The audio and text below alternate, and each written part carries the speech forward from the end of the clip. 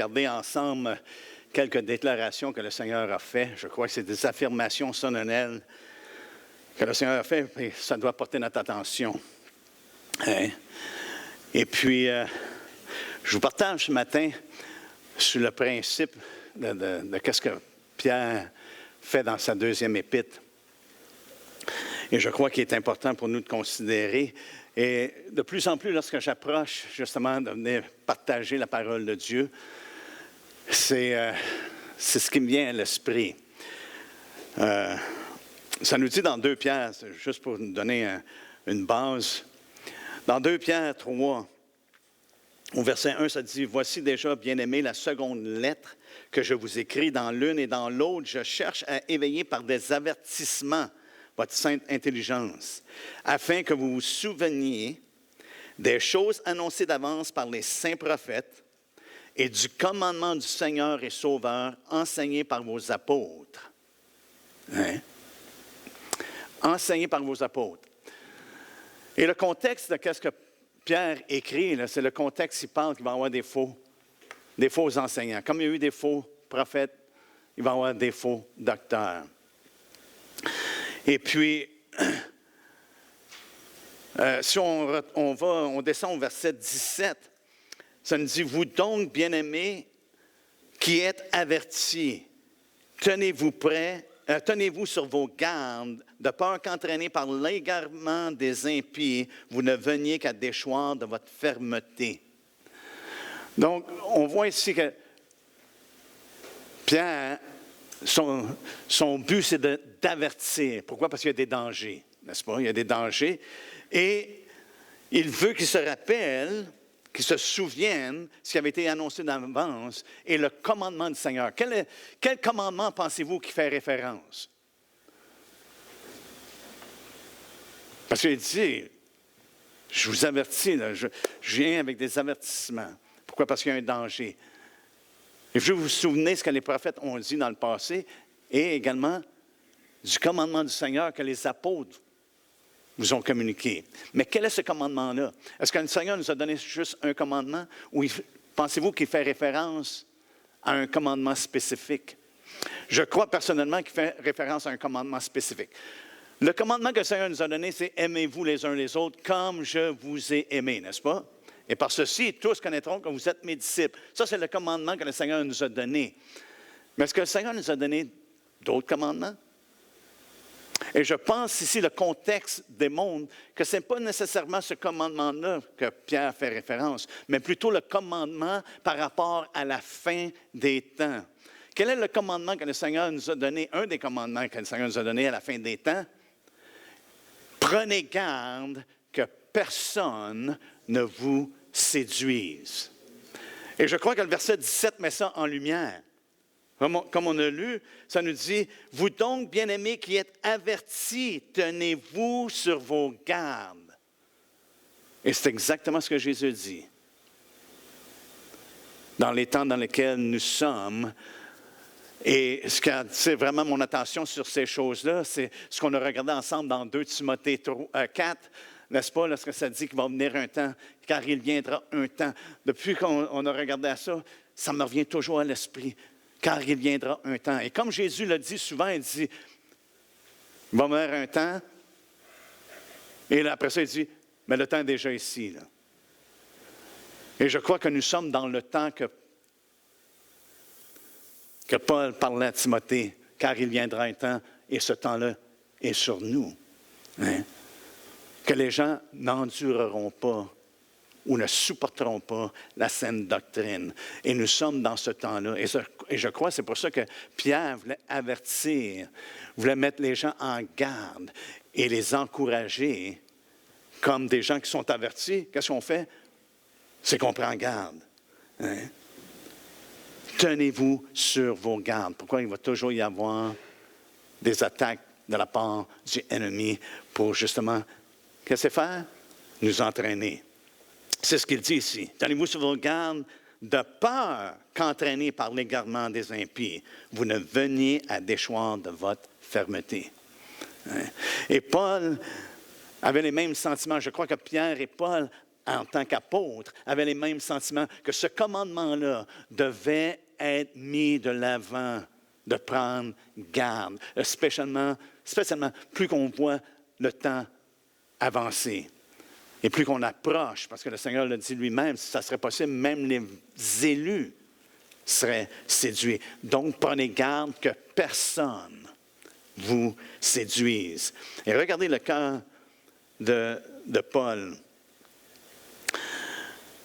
Au chapitre 20 du livre des Actes, au verset 31, ça nous dit « Veillez donc, vous souvenant que durant 3 années, je n'ai cessé nuit et jour d'exhorter avec larmes chacun de vous. » Jour et nuit, pendant 3 ans.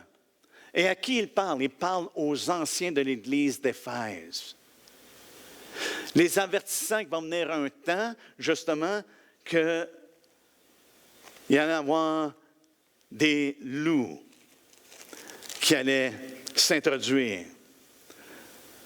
Au verset 28 de Actes, du 20e chapitre de Actes, nous dit « Prenez garde à vous-même et à tout le troupeau sur lequel le Saint-Esprit vous a établi évêque pour paître l'Église de Dieu qui s'est acquise par son propre sang. Je sais qu'il s'introduira. Hein? Il va s'introduire parmi vous, après mon départ, des loups cruels. » Paul dit « Moi, j'ai veillé. » C'est ce qu'il dit au verset 31, n'est-ce pas? Lui avait veillé pendant 3 années, jour et nuit. Ils exhortaient. Mais le terme qui est écrit « exhortait », dans l'Ostalval et dans la plupart des traductions, au lieu d'écrire « exhorter », parce que le terme également contient ça dans cette exhortation-là, c'est « je vous ai averti ». Je vous ai averti pendant 3 ans, jour et nuit, continuellement. L'Ostalval le traduit de cette façon-là, et dans la plupart des traductions anglophones, c'est traduit par « je vous ai averti ». Et il le fait avec larmes. Et il le fait à tous. Hein? Il les avertit, tous ceux qui pouvaient les avertir. Faites attention parce qu'il y a un temps qui s'en vient, ça va être extrêmement dangereux. On a besoin d'être avertis et on a besoin de prendre garde. On a besoin de se tenir, de se tenir sur nos gardes continuellement. Donc, ce matin, c'est avec cette approche-là que j'aimerais partager des choses que le Seigneur, je crois, veut qu'on porte attention. C'est des affirmations que le Seigneur nous donne qui sont extrêmement importantes. Dans l'Évangile de Jean, on retrouve à 25 reprises où ce que le Seigneur mentionne et affirme des choses en les précédant avec « en vérité, en vérité ». À 25 reprises dans l'Évangile de Jean, « en vérité, en vérité ». Est-ce que celui qui est la vérité a besoin de dire « en vérité, en vérité ». Hein? Sa parole est la vérité. Est-ce que Jésus a besoin de qualifier ce qu'il va dire par « en vérité, en vérité ». En fin de compte, le terme « en vérité, en vérité », c'est « amen, amen ». Et ça, c'est intéressant parce qu'habituellement, on dit « amen » à la fin d'une chose pour affirmer ou dire qu'on est en accord, n'est-ce pas? Si quelqu'un partage quelque chose et on est en accord, souvent on va dire « amen », parce que c'est le terme, ça veut dire « oui, c'est vrai, ainsi soit-il ». Hein? Mais Jésus le dit en le précédent ce qu'il va mentionner. En vérité, amen, amen. Jean le déclare comme étant l'amen dans Apocalypse. Hein? Dans Apocalypse 3, il dit, voici ce que l'amen dit, là. Jésus. Il affirme, et lorsque ce terme-là est utilisé, vraiment, ça amène une attention particulière. Je crois, lorsque Jésus utilise le terme « en vérité, immédiatement, ça devrait cliquer dans la tête. « Oh, attends une minute, là. On a besoin de porter attention. » Hein, n'est-ce pas? En vérité, en vérité. Il met un emphase. Hein? Il met un emphase. Il démontre également son autorité. Hein? Ce que Jésus va dire à la suite de ces choses-là, ce n'est pas une opinion. Hein? Ce n'est pas quelque chose qu'il a entendu et maintenant, on va partager ça. Non. Il démontre son autorité en vérité, en vérité. Amen, amen. Et après ça, il fait une déclaration. On ne regardera pas les 25 déclarations qu'il fait. Il y en a qui sont personnelles. Et puis, mais je crois qu'il y en a qui sont importantes pour nous de considérer. Lorsqu'il utilise le terme en vérité ou amen, amen, c'est qu'il démontre la certitude et l'importance des paroles qui vont suivre. Paul aime utiliser le terme, lorsqu'il parle à Timothée, il dit, c'est une parole certaine que nous avons, n'est-ce pas? Et lorsque Jésus dit en vérité, c'est certain, certainement. C'est vrai et c'est certain. Hein? On retrouve dans Jean, la première mention où c'est mentionné, c'est dans Jean 1. Si vous voulez tourner avec moi. Dans Jean 1, lorsque Nathanaël, Philippe est allé chercher Nathanaël, il dit, hey, on a trouvé le Messie. Et puis il dit, Jésus de Nazareth, est-ce qu'il y a quelque chose de bon qui peut sortir de Nazareth? Nazareth n'avait pas une bonne réputation. OK? Est-ce qu'il y a quelque chose de bon? Hein? Et puis, ça nous dit, on va commencer à lire au verset 47, Jésus, voyant venir à lui Nathanaël, dit de lui, voici vraiment un Israélite, dans lequel il n'y a point de fraude. D'où me connais-tu, lui dit Nathanaël. Jésus lui répondit, avant que Philippe t'appelle, quand tu étais sous le figuier, je t'ai vu. Nathanaël répondit et lui dit, Rabbi, tu es le Fils de Dieu, tu es le roi d'Israël.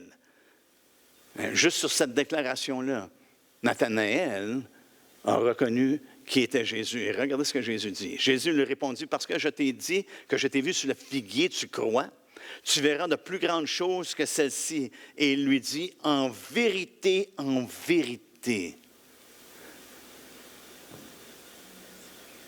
certainement, réellement, vous verrez désormais, là, ce n'est pas seulement à Israël, à Nathanaël qui s'adresse, il s'adresse à ceux qui sont présents. Vous verrez désormais le ciel ouvert et les anges de Dieu monter et descendre au-dessus du Fils de l'homme. Quelle déclaration, quelle affirmation Jésus fait dès le point de départ. Jean, j'aime l'évangile de Jean. Savez-vous pourquoi? Parce que dès le point de départ, Jean n'est pas ambigu en ce qui concerne Jésus-Christ. Hein? Au commencement était la parole, et la parole était avec Dieu, et la parole était Dieu. On ne peut pas être plus clair que ça. Cette parole-là qui est la lumière des hommes, la vie des hommes, il est extrêmement clair. Et Jésus ici affirme qu'il est celui qui était attendu. Aussi, Nathanaël, en sachant que Jésus l'avait vu sur le figuier, il dit, tu étais le Fils de Dieu, là. Hein? Tu es le roi d'Israël. Et Jésus affirme ça, qu'il est la promesse, l'accomplissement de la promesse. Et il fait référence, il dit, vous allez voir maintenant, désormais, le ciel ouvert et les anges de Dieu monter et descendre au-dessus du Fils de l'homme. Imaginez-vous, il fait référence à quoi? Que Jésus est l'échelle entre la terre et les cieux. L'échelle que Jacob a vue dans son rêve, n'est-ce pas? Il y avait une échelle et les anges qui montaient et descendaient. Et qu'est-ce que Dieu a dit? Je suis l'Éternel qui t'apparaît à ton père Abraham et la terre sur laquelle tu es, là, je vais te donner à toi et à ta postérité. Hein? C'est la promesse que Dieu avait faite. Et Jésus est en train de dire là, ici, là, hey, Nathanaël, ce que vous allez voir désormais, les anges vont monter. Vous allez voir les anges monter au ciel. Monter et descendre. Hein, sur le Fils de l'homme. Ou au-dessus du Fils de l'homme. Hein. Le Fils de l'homme était celui que les Israélites, les Juifs attendaient, la manifestation du Fils de l'homme. Et Jésus affirme qu'il est celui. Et les anges montent et descendent. C'est intéressant qu'ils ne descendent pas et qu'ils montent, mais qu'ils montent et descendent. Jésus est accompagné d'anges, n'est-ce pas? Savez-vous quoi? Il y a des anges parmi nous. Là, peut-être pas les bretelles, je ne parle pas de nous. Mais il y a des anges. Hein? La présence d'anges est une chose véritable. Nous, on ne les voit pas, mais ils sont présents. Hein? Il y a des anges de présents. Il y a des fois, ils se manifestent clairement, mais Jésus dit, vous allez les voir monter et descendre au-dessus du Fils de l'homme. Et ils ont vu la gloire de Dieu manifestée. Dieu œuvre et opère également à travers les anges. Lorsque Jésus était à Gethsémani, dans l'agonie, les anges sont venus le fortifier. Hein? Il y a la présence des anges. Et je crois, des fois, on a la tendance d'oublier ça. Mais Jésus affirme que les anges sont des serviteurs de Dieu. Hein? Ils servent Dieu et ils servent à accomplir ce que Dieu fait sur la terre. Hein? Et non seulement sur la terre, mais dans les cieux également. Hein? Donc, il est l'accomplissement de la promesse de Dieu.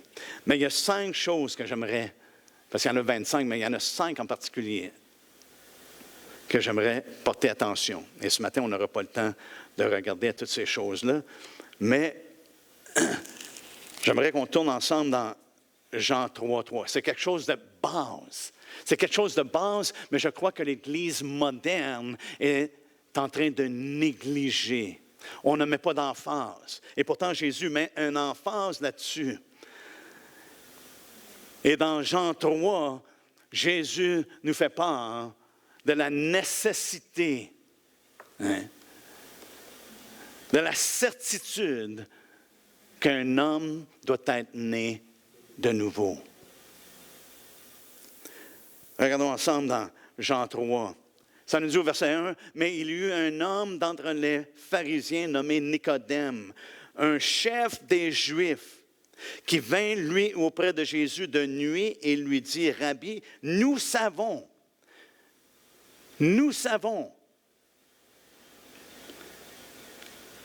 Il était un chef des Juifs et il dit, « Les chefs des Juifs savent. » Intéressant, n'est-ce pas? J'imagine que Joseph d'Arimathée faisait partie de ceux que nous savons. Hein? Mais c'est comme s'il y avait une connaissance parmi les chefs des Juifs. Il dit, nous savons que tu es un docteur venu de Dieu. Ils ont reconnu qu'il était envoyé de Dieu. Ils n'ont pas reconnu qui il était, mais ils reconnaissaient qu'il était un docteur venu de Dieu, car personne ne peut faire ces miracles que tu fais si Dieu n'est avec lui. Jésus lui répondit, « En vérité, je te le dis, si un homme ne naît de nouveau, il ne peut voir le royaume de Dieu. » Certainement, assurément. Hein?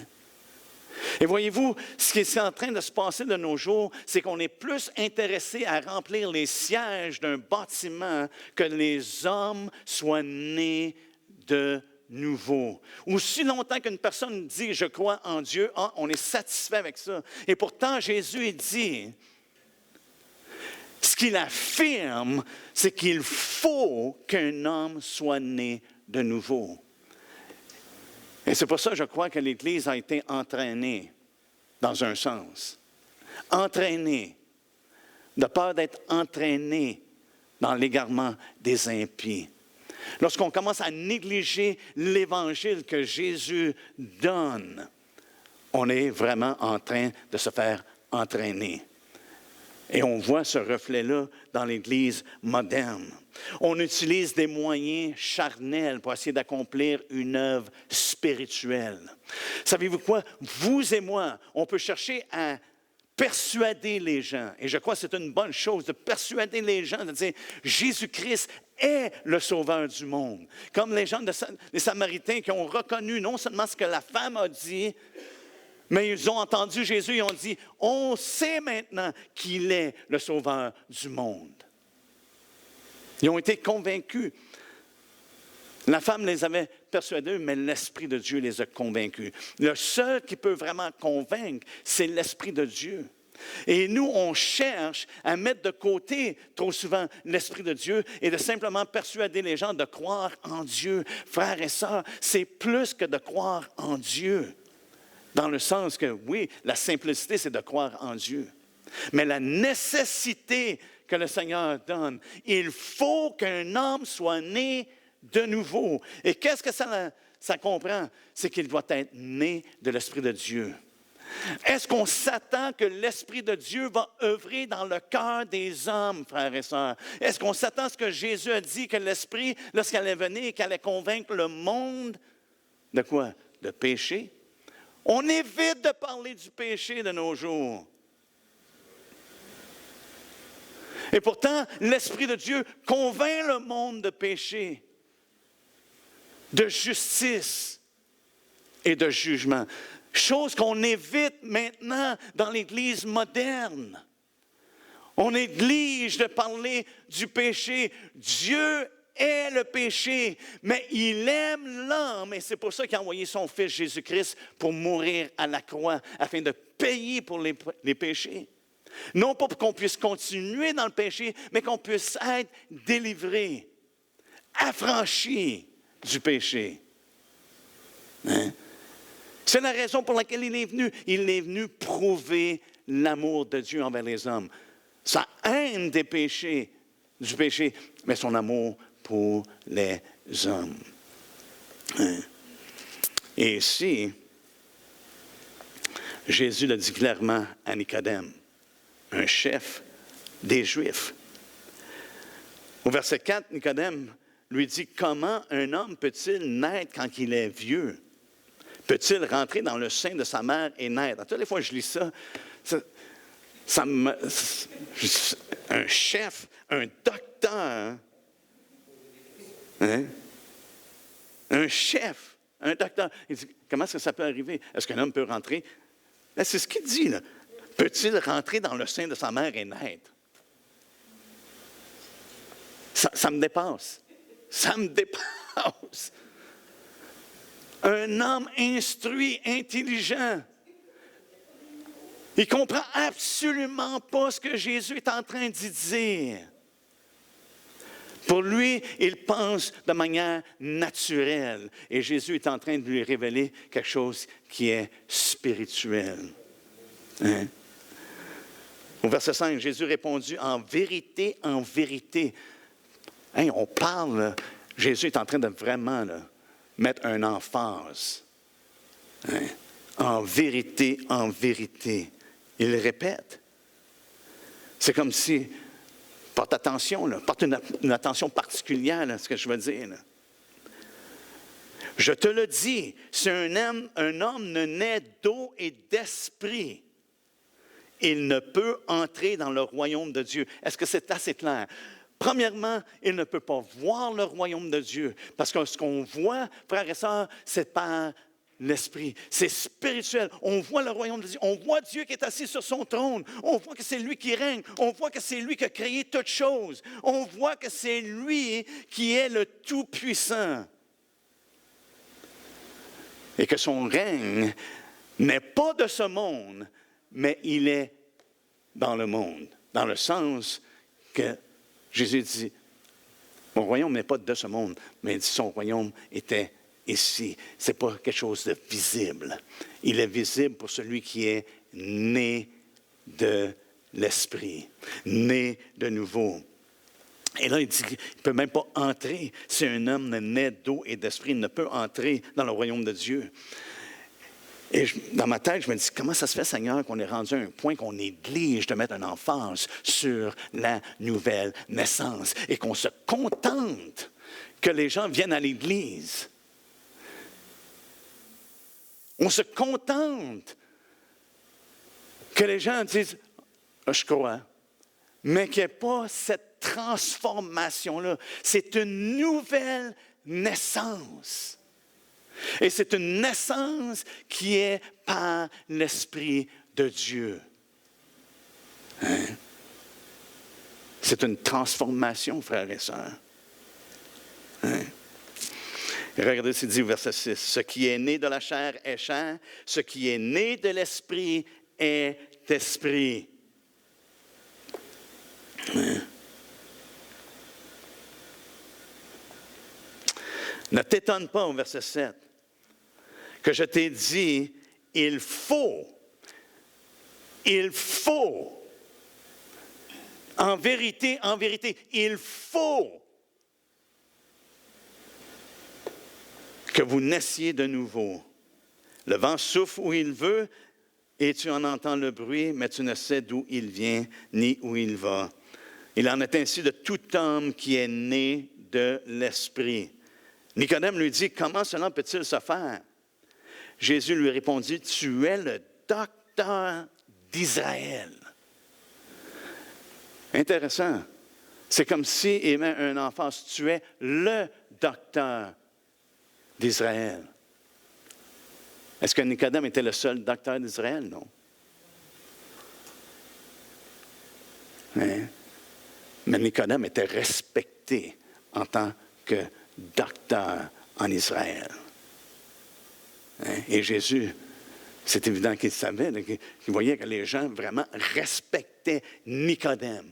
Et il dit, tu es le docteur d'Israël et tu ne sais pas ces choses. En tant que docteur, tu aurais dû enseigner ces choses-là, tu aurais dû connaître ces choses-là. En tant que docteur, tu aurais dû proclamer ces choses-là. En tant que docteur, tu devrais me reconnaître pour qui je suis. Je suis venu de Dieu. Tu l'as dit toi-même. On sait que tu es venu de Dieu. Hein? Tu reconnais que je suis venu de Dieu, mais tu ne reconnais pas qui je suis. Hein?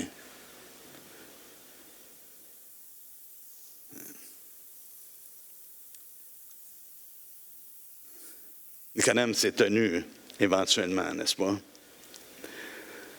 Il était là quand Jésus a été mis dans le tombeau. Et Jésus dit encore une fois, en vérité, je te le dis, nous disons ce que nous savons et nous rendons témoignage de ce que nous avons vu et vous ne recevez pas notre témoignage. Hein?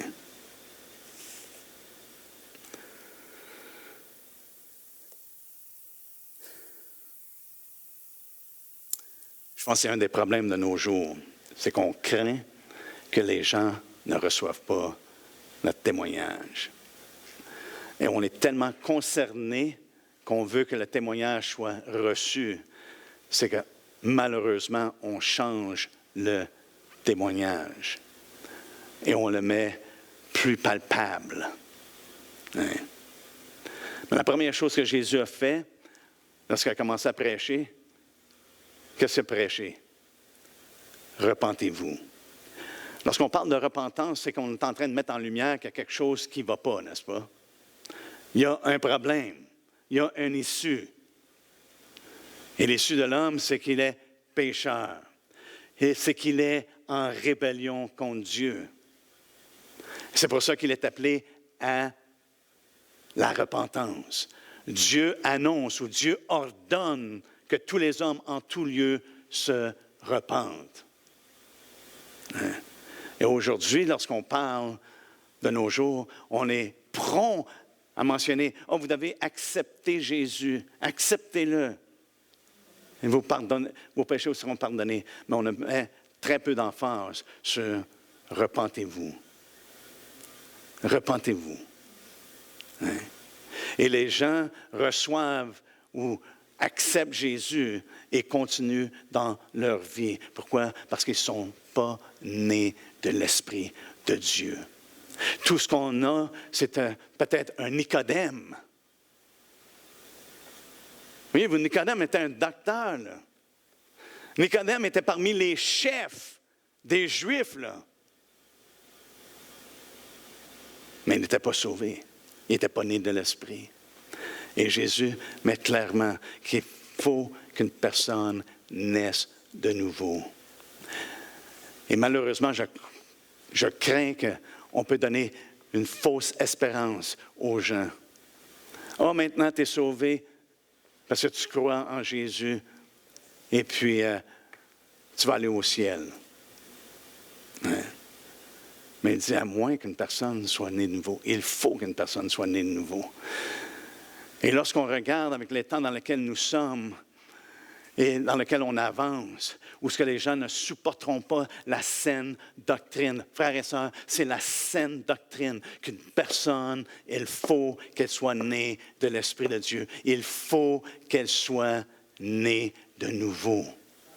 Mais les gens n'endureront pas la saine doctrine. Et ils ne supporteront pas la saine doctrine, mais ils vont se donner une multitude, une foule de docteurs qui vont leur dire ce qu'ils veulent entendre. Parce que les gens, ce qu'ils veulent entendre, c'est selon leur propre désir. C'est que je peux avoir le salut en Jésus-Christ et continuer de vivre ma vie, de continuer de faire ce qui me plaît, continuer de faire ce que je veux, continuer de vivre dans les péchés dans lesquels je prends plaisir. Et c'est ce que nous en sommes rendus, frères et sœurs, de plus en plus. Hein? Mais si on veut retourner à la saine doctrine, on doit retourner à la base. Qu'est-ce que Jésus a dit? Qu'est-ce que les apôtres ont dit? Et c'est pour ça que les apôtres avertissaient. Pourquoi? Parce qu'ils disaient qu'il va y avoir des grands dangers à la fin des temps. Des dangers d'égarement, des dangers de se détourner, des dangers de renier même la foi, de venir à abandonner, comme il dit à Timothée, abandonner la foi. Hein? Et à s'attacher à des doctrines de démons. Wow! Hein? Ça, c'est le danger dans lequel on fait face, à laquelle on fait face. Hein? Et c'est la réalité que ça va aller en augmentant. Et c'est pour ça que Jésus a donné un commandement de prendre garde. Hein? De prendre garde. Ce n'était pas une suggestion de dire, « Ah, mais là, faites attention. Là. Inquiétez-vous pas, mais faites attention. » Non. Prenez garde que personne, ça m'inclut. Ça m'inclut. Ce que je partage avec vous ce matin, vous êtes sous obligation d'examiner si c'est vraiment ce que Jésus dit, si c'est vraiment ce que les Écritures disent, si c'est vraiment ce que l'Esprit dit. Hein? Vous êtes sous obligation. Pourquoi? Parce que je suis une personne. Et si vous faites simplement confiance à la personne, je pourrais éventuellement vous mener dans l'égarement. Hein?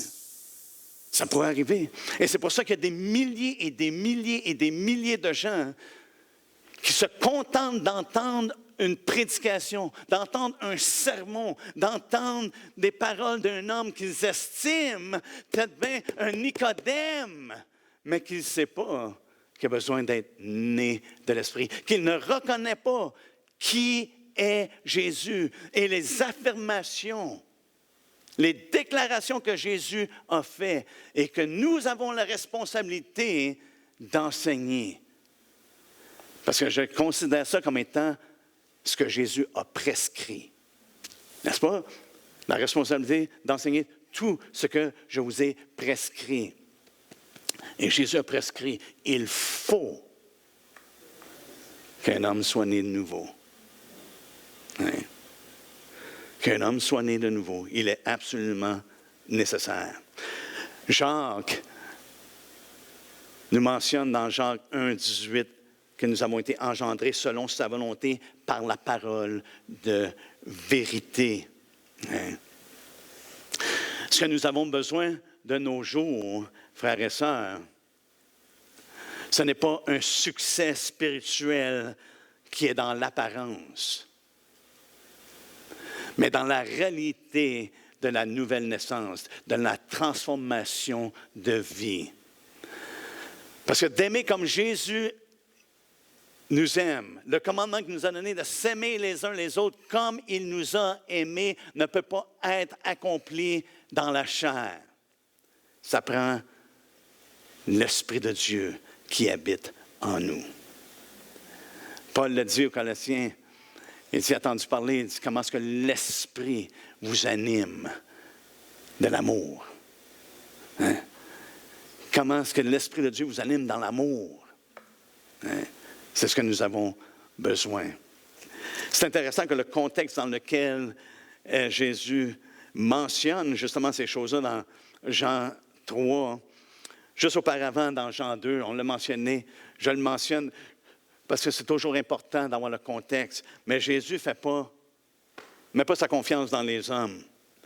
Ça nous dit au verset 23 du chapitre 2 de Jean, ça nous dit, pendant que Jésus était à Jérusalem à la fête de Pâques, plusieurs crurent en son nom, voyant les miracles qu'il faisait. Il y a beaucoup de gens qui croient en Jésus-Christ, pour quelque raison que ce soit. Parce qu'ils aiment bien la musique quand ils viennent à l'Église. Parce que peut-être bien qu'ils aiment la compagnie des autres personnes, des personnes qui sont bonnes, sont gentilles. Il y a toutes sortes de raisons pour lesquelles les gens se trouvent dans l'Église. Peut-être parce qu'ils ont de l'aide, qu'ils reçoivent de l'aide de l'Église. Ils aiment ça, être là. Il y en a plusieurs qui croient en son nom. Verset 24, ça dit, « Mais Jésus ne se fiait point à eux parce qu'il les connaissait tous et parce qu'il n'avait pas besoin qu'on lui rende témoignage d'aucun homme, car il savait lui-même ce qui était dans l'homme. » Et ce qui est dans l'homme, frères et sœurs, il le dit dans un autre évangile, il n'y a rien de bon dans l'homme. En tant que tel, dans l'homme naturel, dans le sens, rien de bon qui puisse le sauver. Hein?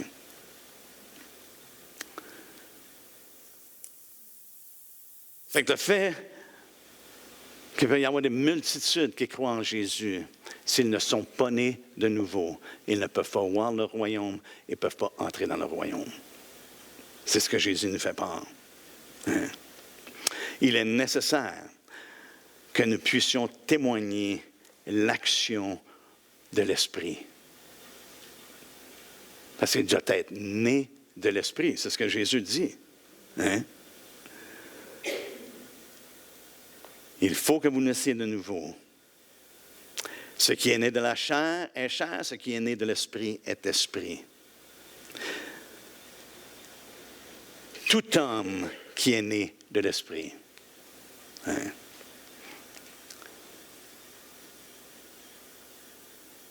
On peut quasiment avoir une ressemblance avec le fait que Jésus est né, où il a été conçu dans une vierge, n'est-ce pas? Et on sait que c'est l'Esprit. Et maintenant, nous, notre esprit, a besoin de la même manière d'être né de nouveau. Hein? Par l'Esprit de Dieu qui est à l'œuvre. Allez avec moi dans 1 Thessaloniciens 1. On va aller rapidement. 1 Thessaloniciens 1.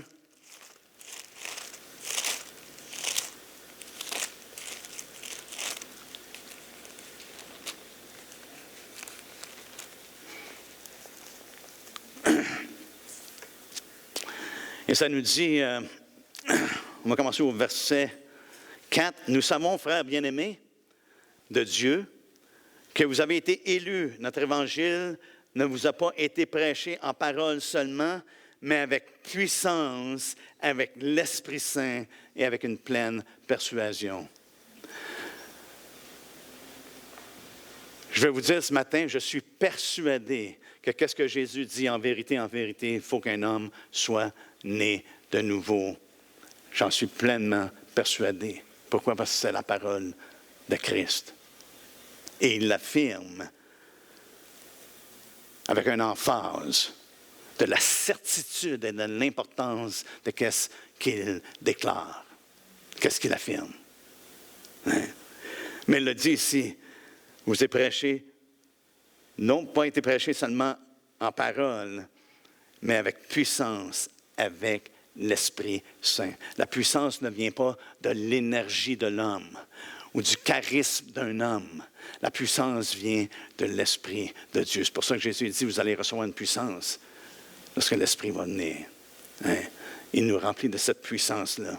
Et les hommes sont convertis, non pas par les paroles des hommes, mais par l'Esprit de Dieu qui est à l'œuvre pour les convaincre. Hein? Et par sa puissance, fait en sorte que les hommes soient nés de l'Esprit. 1 Corinthiens 2.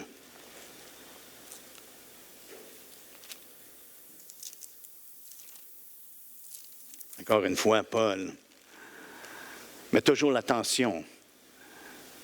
Il tourne toujours l'attention sur l'Esprit de Dieu et non pas sur lui-même. Lorsqu'il parle de lui-même, il parle de ses faiblesses. Oui. Et c'est pour ça, des fois, je me dis, mais il y a tellement de gens qui prêchent et l'attention est tellement sur eux autres. Leur puissance, leur force, leur dynamique, leur rhétorique, leur langage, comment est-ce qu'ils communiquent, des sermons qui maillent, quasiment incomparables. Hein? Mais Paul ici, dans 1 Corinthiens 2, mentionne, à partir du verset 1, « Pour moi, frère, lorsque je suis allé chez vous, ce n'est pas avec une supériorité de langage ou de sagesse que je suis allé vous annoncer le témoignage de Dieu. » Et pour moi, une des choses les plus importantes, c'est de communiquer le témoignage de Dieu. Je vais vous dire, bien franchement, vous n'avez rien à foutre avec ce que Michel a à dire de lui-même. Ce n'est pas mon témoignage que je rends, mais c'est le témoignage de Dieu. Car je n'ai pas eu la pensée de savoir parmi vous autre chose que Jésus-Christ et Jésus-Christ crucifié. Moi-même, j'étais auprès de vous dans un état de faiblesse, de crainte. Paul, l'apôtre, faiblesse, crainte et grand tremblement. Wow! Ça ne m'a pas l'air d'un homme qui était sûr de lui-même, n'est-ce pas? Alléluia! Il est mieux de ne pas être sûr de soi-même et d'être sûr de Jésus. La certitude des paroles de Christ, c'est ce qui compte. Hein? Et il dit ici, et ma parole et ma prédication ne reposaient pas sur les discours persuasifs de la sagesse, mais elle reposait sur une démonstration d'esprit et de puissance. D'esprit et de puissance. D'esprit et de puissance. C'est ce qui transforme la vie des gens. C'est ce qui fait que les gens naissent de nouveau.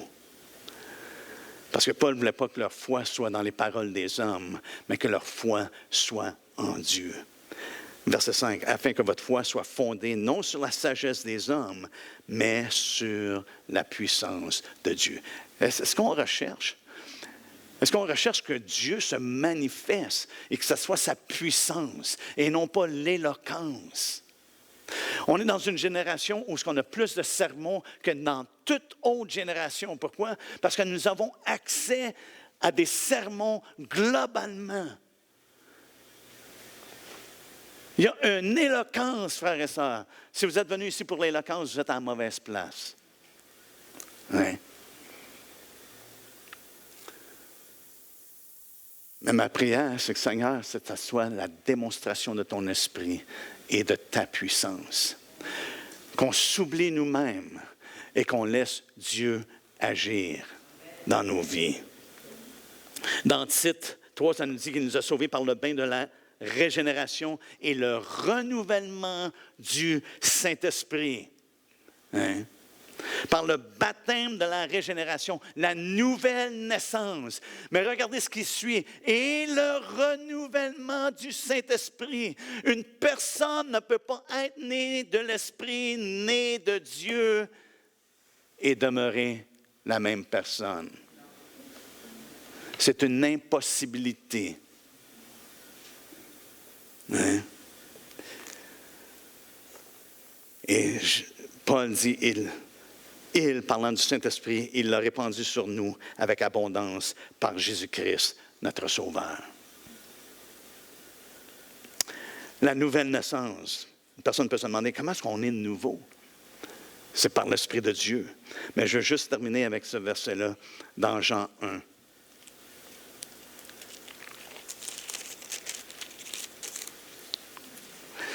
Dans Jean 1, je crois, la simplicité est là.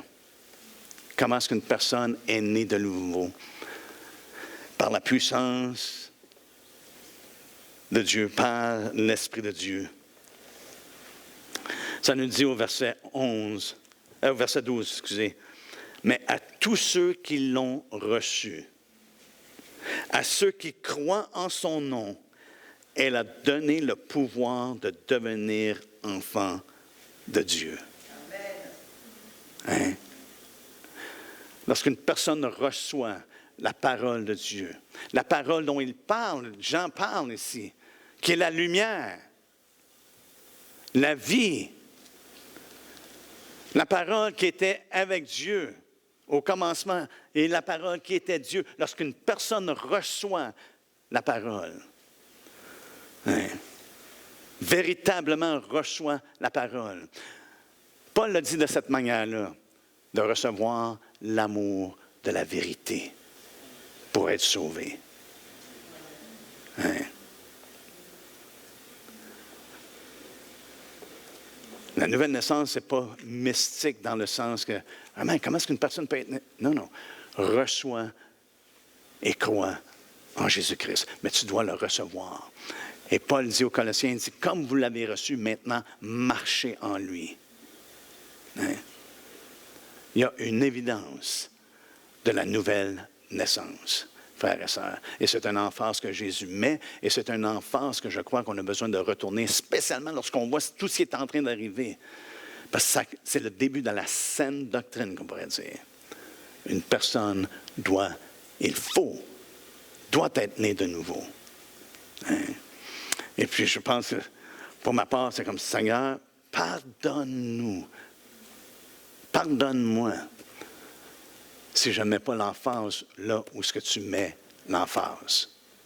Hein? Amen. Amen. On continuera la semaine prochaine. Hein? Est-ce qu'on peut se lever ensemble, s'il vous plaît? En fin de compte, il y a cinq mentions que j'aimerais amener, hein, dans les semaines qui viennent. Ça prendra peut-être bien pas tout un message par mention, là, par affirmation, mais hein, je crois qu'ils sont extrêmement essentiels dans la prédication de l'Évangile. Père, on veut te remercier. On te remercie, Seigneur, qu'à travers ton Fils, tu nous parles dans ces derniers temps et que tu nous parles clairement, sans ambiguïté. Seigneur, on te demande que cette parole qui est déposée dans nos cœurs, qu'elle puisse porter le fruit et qu'on soit conscient, Seigneur Dieu, que les hommes viennent à toi, non pas parce qu'on a des belles paroles, mais ils viennent à toi parce que tu les attires premièrement et que ton esprit touche leur vie. Que c'est dans une démonstration de l'esprit et de puissance qu'ils viennent à toi et qu'ils te reçoivent. Fait qu'on te remercie ce matin. On te demande, Seigneur, que ton œuvre s'accomplisse en chacun de nous et qu'elle s'accomplisse à travers nous et qu'on te soit fidèle de communiquer clairement l'Évangile. C'est en ton nom qu'on te le demande. Amen.